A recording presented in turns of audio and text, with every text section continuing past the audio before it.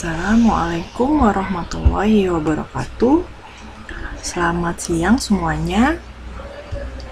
Materi pada siang hari ini pada mata kuliah analisis data finansial yaitu adalah tentang regresi dummy, di mana ini merupakan pertemuan yang ke-9 ya, dan kita masuk minggu kelima. Pertama, apa itu analisis regresi dummy? Jadi analisis regresi dummy itu adalah untuk mengetahui pengaruh antara variabel independen atau variabel X, di mana data dari variabel independen itu adalah non-metrik atau data kategorik, terhadap variabel dependen Y, di mana data Y itu adalah datanya data kuantitatif. Apa itu data kategorik? Data kategorik itu adalah data yang bersifat 0 atau 1 atau bisa berupa variabel dummy. Contohnya adalah jenis kelamin. Kemudian untuk variabel kuantitatif itu adalah biasanya data-data yang bersifat kontinu seperti harga, gaji, dan lain-lain. Jadi pada regresi dummy, variabel yang memiliki variabel dummy itu adalah variabel X-nya, sedangkan variabel Y-nya itu datanya adalah data kuantitatif. Dan biasanya variabel independen atau variabel X-nya itu untuk yang data kategorik itu diberi kode dummy yaitu angka 1 dan 0. Jadi misalkan jenis kelamin laki-laki, maka laki-laki disimbolkan dengan angka 1, kemudian perempuan disimbolkan dengan angka 0. Kita langsung masuk saja ke contoh kasus ya. Jadi kita gunakan data KPR ya. Kemudian lakukan analisis apakah variabel sex, age, dan merit itu berpengaruh terhadap variabel income. Kita langsung saja masuk ke SPSS. Ya, di sini datanya sudah saya import ke dalam SPSS. Kemudian kita akan menguji apakah ada pengaruh variabel sex, di mana variabel sex ini adalah datanya berupa dummy. Kita lihat di sini. Oke, karena ini belum disimbolkan, jadi nanti kita misalkan saja satu ini adalah laki-laki, di mana kita tulis di sini value 1 itu adalah laki-laki, kemudian 0 itu adalah perempuan. Oke. Kemudian variabel income ini adalah Y-nya, H-nya merit. Nah, merit ini kita juga definisikan untuk merit. Merit 1 itu adalah merit menikah, yang 0 adalah belum menikah.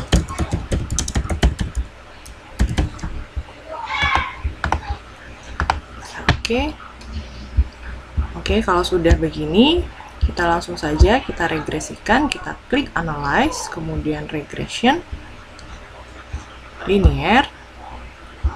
Oke, di mana dependennya atau Y-nya adalah income, kemudian independennya sex, age, dan merit.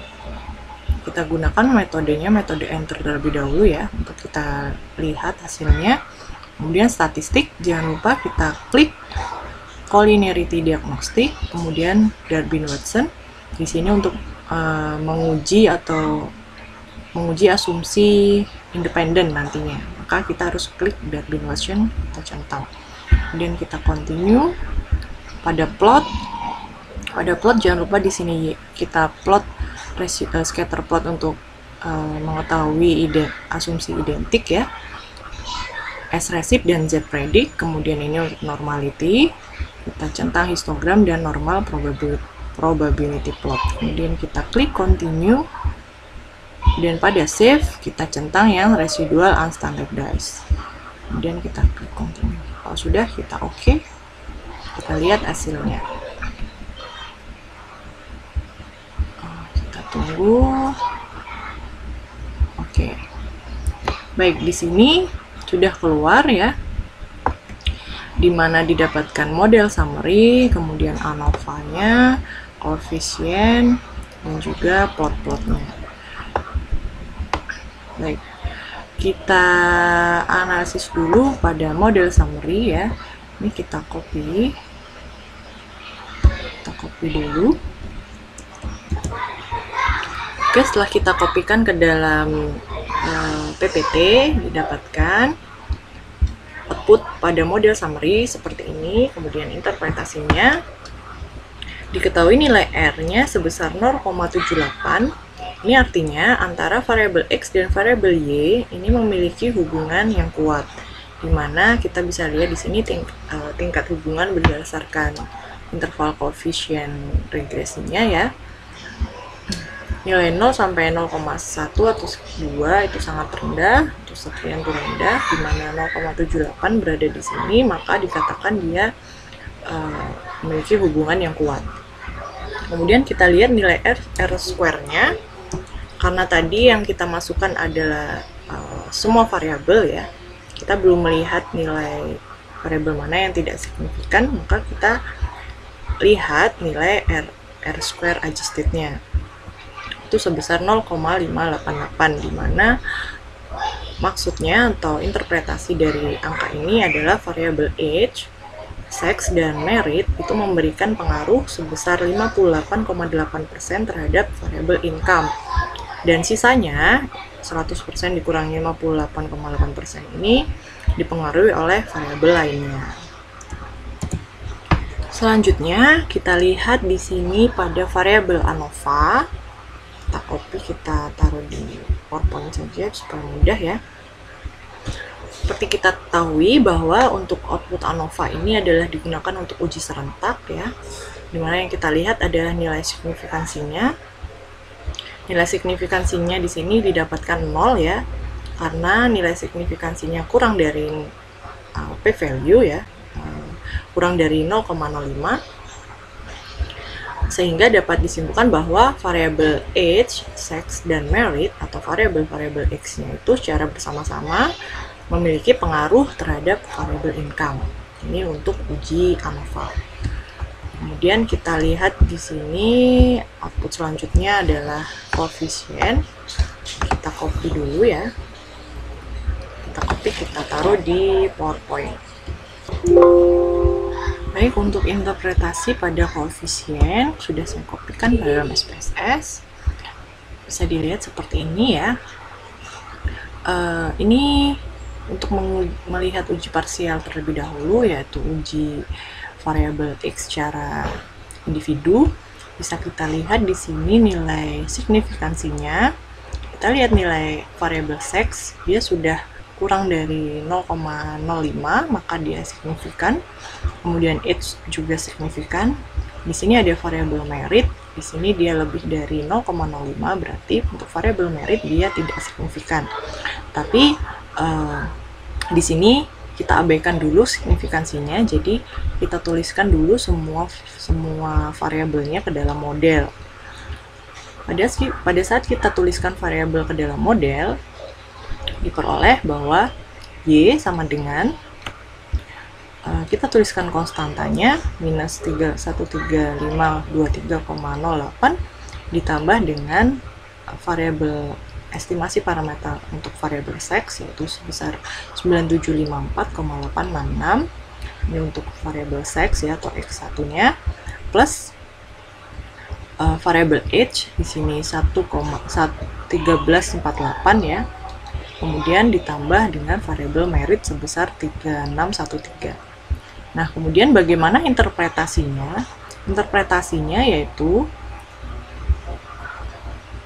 berarti untuk income laki-laki karena laki-laki tadi kita simbolkan dengan seksnya ini adalah angka 1 ya, maka untuk variabel income laki-laki adalah memiliki income rata-rata sebesar min 13523,08 ditambah dengan 9754,866 ditambah dengan 1348, ini untuk age-nya tetap dikalikan age ya, ditambah dengan 3613,449 untuk merit. Ini silahkan dituliskan kembali untuk variabelnya ini. Kemudian untuk income perempuan, berarti untuk income perempuan, karena variabel seks ini tadi 0, maka nilai 9754 ini adalah 0, sehingga untuk income perempuan adalah rata-ratanya sebesar 135 ini ditambah dengan variabel yang lainnya, variabel age dan variabel merit. Kemudian bisa juga nanti ditambahkan interpretasi jika income laki-laki yang sudah menikah, karena tadi yang di binary juga yang variabel merit, menikah dan belum menikah. Berarti jika variabel laki-laki yang sudah menikah berarti ininya 1, maka ini ikut dijumlahkan karena dia ikut laki-laki yang menikah. Jika laki-laki belum menikah, maka nilai 3613 ini juga berarti 0 atau tidak ada pengaruhnya. Sama juga untuk income perempuan, kalau berarti dia perempuan yang menikah, maka ditambahkan dengan nilai ini. Jika perempuan tidak menikah, maka dia tidak mendapatkan nilai yang ini, seperti itu. Jadi ini untuk interpretasi dari output dari koefisien. Itu uji individu, uji parsial, dan juga bagaimana cara interpretasi modelnya. Oke, selanjutnya kita masuk ke uji asumsi ya, uji asumsi klasik, di mana yang pertama uji normalitas. Kita lihat outputan dari histogram dan juga normal PP plot. Bisa dilihat di sini secara kasat mata atau secara visual, ini sudah masuk, sudah memenuhi distribusi normal ya, residualnya sudah berdistribusi normal. Untuk meyakinkannya, kita bisa tes dengan menggunakan Kolmogorov-Smirnov, di mana kita gunakan analyze. Kemudian, oh ya, di sini ini tadi outputan unstandardized residual sudah keluar ya. Nanti untuk uji Kolmogorov-Smirnov kita menggunakan nilai res 1 ini. Analyze.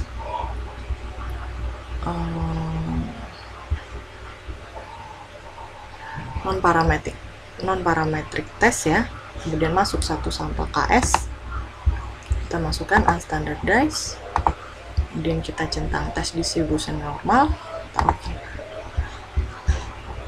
kita bisa lihat di sini, kita lihat nilai signifikansinya. Saya copy dulu ya, kita copy dulu. Bisa kita lihat di sini uji normalitas dengan hipotesisnya H0-nya adalah residual berdistribusi normal, kemudian H1-nya residual tidak berdistribusi normal. Kita lihat nilai output dari Kolmogorov-Smirnov, kita lihat asimptotik signifikansinya yaitu sebesar 0,2. Nilai signifikansinya lebih dari 0,05, maka keputusannya adalah gagal tolak 0. Sehingga kesimpulannya adalah residual sudah berdistribusi normal, sehingga untuk uji asumsi klasik normalitas sudah terpenuhi. Selanjutnya untuk uji identik di sini kita bisa melihat dari outputan scatter plot dari regresi ini ya, dari standardized predicted value dan versus dengan residualnya.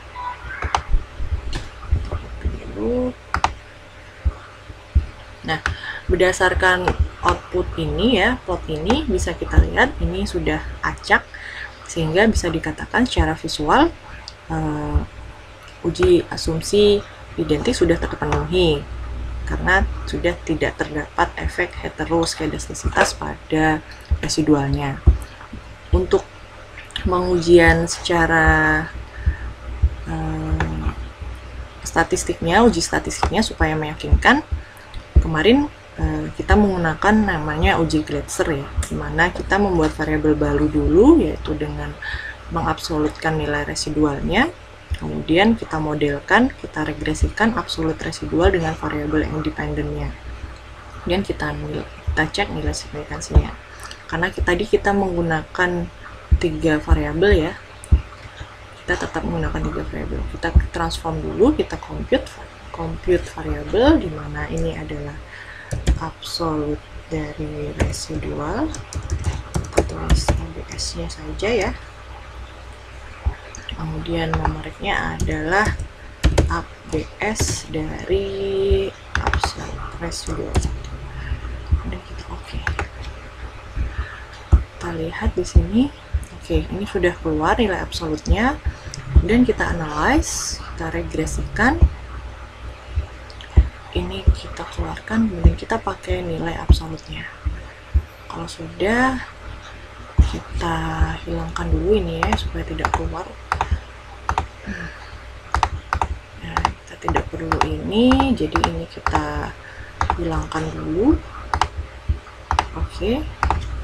Yang kita perlukan hanya nilai signifikansinya.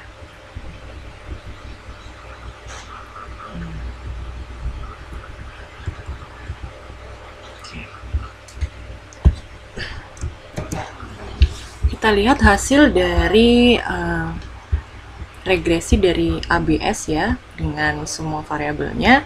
Kita peroleh di sini nilai signifikansinya dia ada yang kurang dari 0,5, ada yang lebih dari 0,5.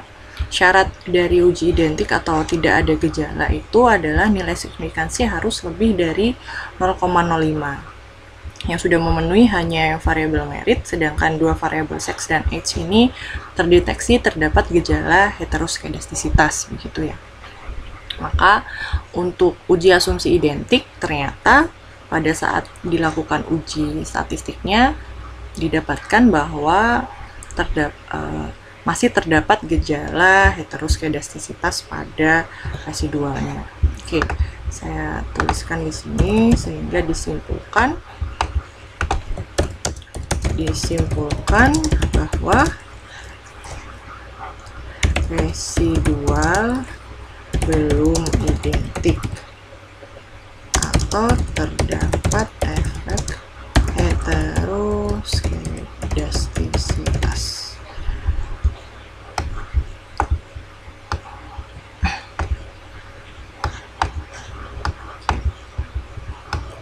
Oke, berdasarkan output ini seperti ini. Baik, untuk selanjutnya, nah bagaimana cara mengatasi jika residualnya itu ada heteroskedastisitas? Solusinya yang pertama bisa dengan cara transformasi data, yaitu datanya ditransformasi dengan menggunakan logaritma normal atau ln ya, log normal. Kemudian yang kedua dengan cara estimasinya menggunakan metode weighted least square, bukan ordinary least square ya, atau biasanya disebut dengan regresi linear dengan pembobot, atau juga dengan cara membiarkannya namun menggunakan koefisien estimasi yang robust atau kebal terhadap pelanggaran.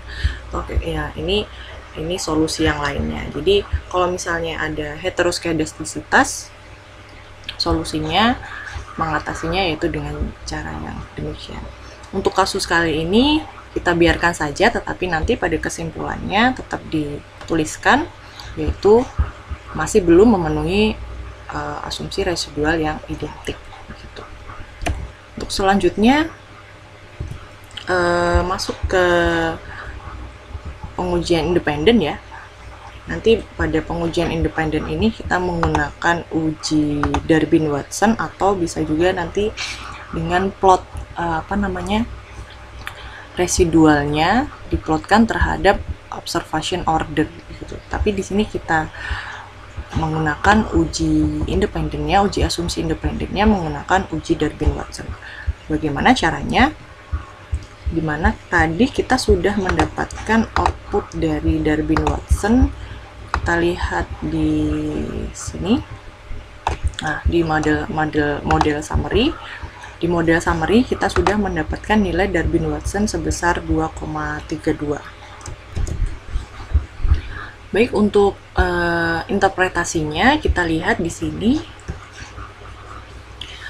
Pada uji Durbin-Watson ya, hipotesisnya adalah H0 itu tidak terdapat autokorelasi, atau berarti dia sudah independen. Kemudian H1-nya terdapat autokorelasi, berarti data residualnya belum independen. Di mana daerah penolakannya untuk uji Darwin-Watson, dia tolak H0 jika nilai D hitungnya kurang dari D lower, nilai Darwin-Watson lower. Kemudian gagal tolak H0 jika D lebih dari DU. DU ini adalah D upper, batas atasnya dari tabel, D tabelnya. Jika yang ketiga, tidak dapat disimpulkan jika DL-nya kurang dari nilai D ini berada di antara DL dan DU. Bisa kita lihat di sini, nilai Darwin-Watson yang kita peroleh yaitu sebesar 2,322 ya. Diketahui nilai D-nya adalah 2,322, di mana N-nya, jumlah datanya sebanyak 62, kemudian variabel bebasnya sebanyak 3 variabel ya, merit, sex, dan age.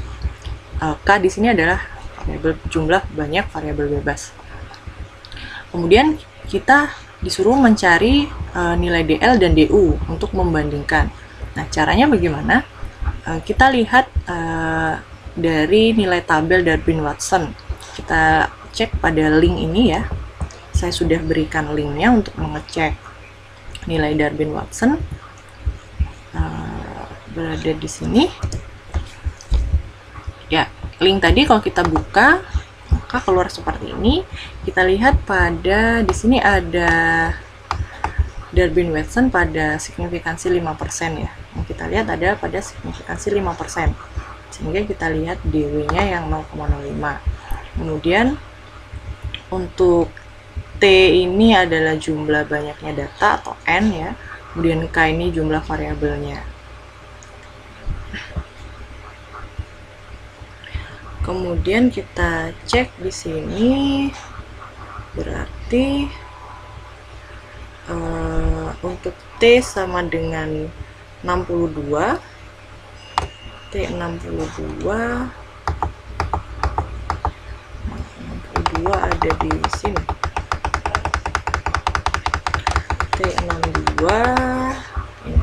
T62, kemudian K-nya sama dengan 3, maka nilai DU-nya adalah 1,523, DU-nya 1,523, dan DU-nya sebesar 1,656. Ya, sudah benar. DU-nya 1,656. Kemudian kita lihat di sini apakah nilai nilai D-nya kurang dari DL. Maka ini salah ya. Berarti ini salah. Berarti dia tidak tolak 0. Apakah memenuhi gagal tolak 0? Apakah D-nya lebih dari DU? Ya, ini benar. Maka dia gagal tolak H0. Kalau gagal tolak H0 berarti kesimpulannya tidak terdapat autokorelasi. Kemudian yang ketiga, kita juga cek apakah nilai D ini berada di antara DL dan DU. Ternyata tidak benar, ini juga salah. Sehingga dapat disimpulkan, sehingga kesimpulannya adalah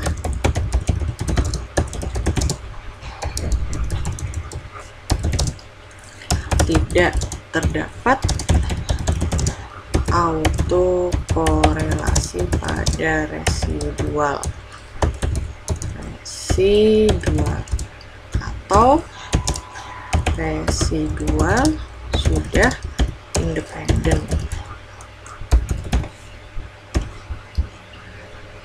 Oke, berarti pada kasus ini disimpulkan tidak terdapat autokorelasi pada residualnya dan residual sudah independen. Oke, pada uji independen bagaimana jika kita memperoleh hasil tidak dapat disimpulkan? Kalau misalnya pada uji Darwin-Watson ya, kesimpulannya berada pada D-nya ini berada di antara DL dan DU, maka kita bisa menggunakan uji selanjutnya, yaitu dengan menggunakan run test. Kalau misalnya pada uji Darwin-Watson masih belum menghasilkan suatu kesimpulan, kita gunakan uji run test. Bagaimana cara uji run test?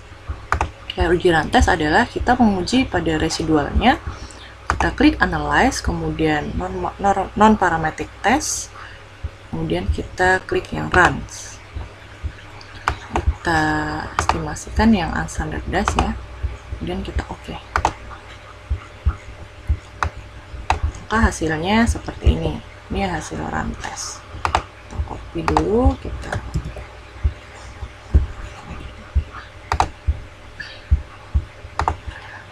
copy dulu hasilnya ke SPSS. Pada output dari run test seperti tadi diperoleh nilai seperti ini. Nah, untuk mendeteksi autokorelasi pada run test ini, kalian bisa memperhatikan nilai asymptotic signifikansinya, atau dapat pula disebut dengan p-value ya. Kalian lihat p-value-nya dengan menggunakan alfa 5%, kemudian hipotesisnya sama, yaitu H0-nya tidak terdapat autokorelasi, H1-nya terdapat autokorelasi. Dimana penolakannya dia tolak H0 jika p-value kurang dari alfa. Karena kita ingin gagal tolak, berarti p-value ini harus lebih dari alfa. Pada outputnya, p-value-nya bernilai 0,442, berarti jika dibandingkan dengan alfa 0,05, maka dia sudah lebih besar ya, 0,05. Maka keputusannya adalah gagal tolak H0. Jadi disimpulkan tidak terdapat autokorelasi pada regresi, atau juga dapat dikatakan residualnya sudah memenuhi asumsi independen. Untuk uji asumsi klasik selanjutnya yaitu uji multicolinearity, di mana pada uji ini kita lihat nilai VIF dan nilai toleransinya. Jika nilai VIF kurang dari 10, nilai toleransinya lebih dari 0,5, maka dapat disimpulkan tidak terdapat multico. Pada output ini sudah diketahui VIF kurang dari 10 dan toleransi sudah lebih dari 0,01, sehingga pada uji ini residualnya sudah tidak mengandung multicollinearitas, sehingga sudah terpenuhi. Kemudian kesimpulannya adalah model regresinya adalah Y sama dengan ini tadi ya. Kemudian besar R-square-nya yaitu sebesar 0,588. Residualnya berdistribusi normal, independen, dan sudah tidak terdapat multico, tapi residualnya belum identik, di mana masih terdapat efek heteroskedastisitas. Nah, di sini kita masih perlu menyelesaikan masalah hetero ini tadi dengan solusi transformasi atau dengan menggunakan metode estimasi weighted least square atau dengan pembobotan itu tadi. Baik, cukup sekian materi pada hari ini. Silahkan dipelajari dengan baik. Semoga bermanfaat. Wassalamualaikum warahmatullahi wabarakatuh.